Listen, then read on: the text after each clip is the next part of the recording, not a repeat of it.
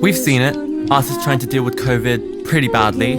I've seen nothing but my bedroom for the past few months, to be honest. But have you seen Bree Runway? Because she's about to take over, and she's coming with a message and a point to prove. Bree is single-handedly going to show the world that dark-skinned black women can be just as successful, do everything and be everywhere just like anyone else, and that the media cannot stick her in an R&B or soul box just because of her skin color.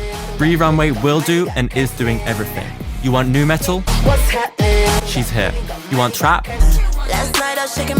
She's here. You want dance pop? You get the message. In a world where every wannabe musician has simply decided to be a meme, Bree is bringing back the visual iconography and musical versatility of a true superstar that we haven't seen since Lady Gaga! She is the embodiment of a cultural icon, and I'm willing to bet my life that by the end of the decade, she will be. But before we get there, we need to go back a few years.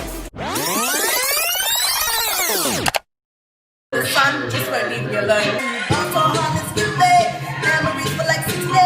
Bree Runway, otherwise known as Brenda Wireko Mensah, didn't have an easy childhood at all. She grew up on a street nicknamed the Murder Mile due to high rates of crime and conflict, and was extensively bullied for her dark skin. People saying things like,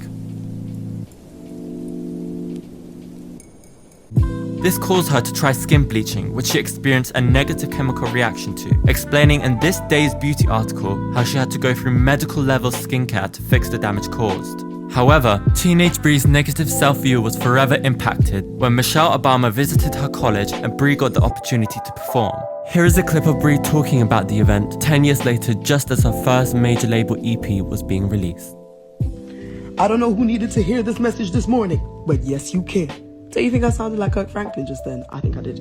Anyways, I'm just tidying my room, right? Just clearing it, doing a big clear up. And I just found these old articles of me with my hard ass hair in the newspaper singing to Michelle Obama, be the best you can. And I just found it really interesting how 10 years later, this is 2009, 10 years later, I'm here and they talk about me and my EP launch. Oh, you know what I mean?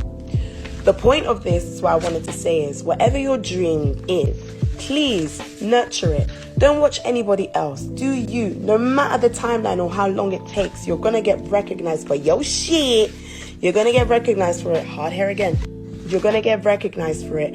I've always dreamt this. I've always affirmed these kind of things. So be sure about what you want, say what you want, and me. This inspired her to continue making music, while another hugely influential figure in her youth was Lady Gaga. She stated that through Lady Gaga's music, she was able to find the confidence to love herself for who she was and the ability to stand bold in her unique qualities. This newfound self-acceptance also grew in Bree's music, saying in an interview, And I think the artist that really turned it around for me, like in my teenage years, was definitely Lady Gaga.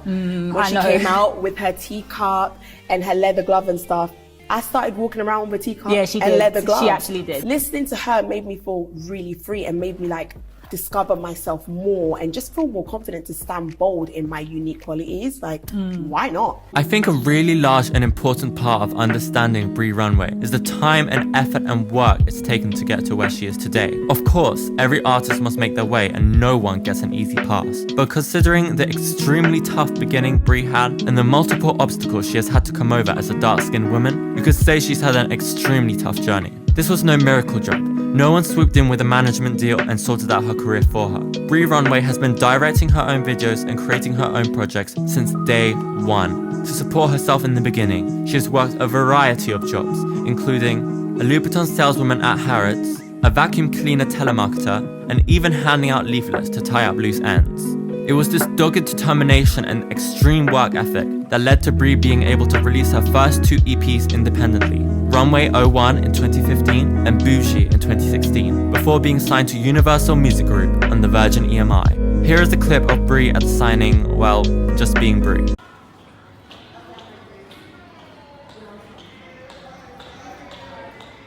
Living life, large, and in charge. And that pretty much concludes the video. Wait, I think there's more.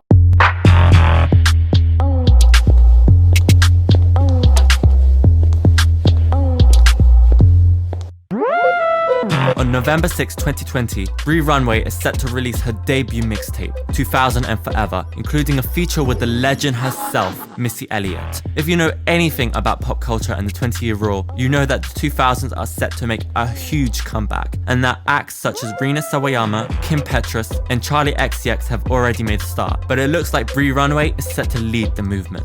She has stated many times that one of her biggest inspirations growing up was the hours she spent watching MTV, and that the larger-than-life music videos molded her idea of a star. So who better than Miss Runway herself to lead the new decade? Alongside her debut mixtape, Runway has already started teasing her debut album in 2021, and I truly think Bree is going to capture everyone's attention next year. And with an artist as visually versatile as she is musically, how could you not?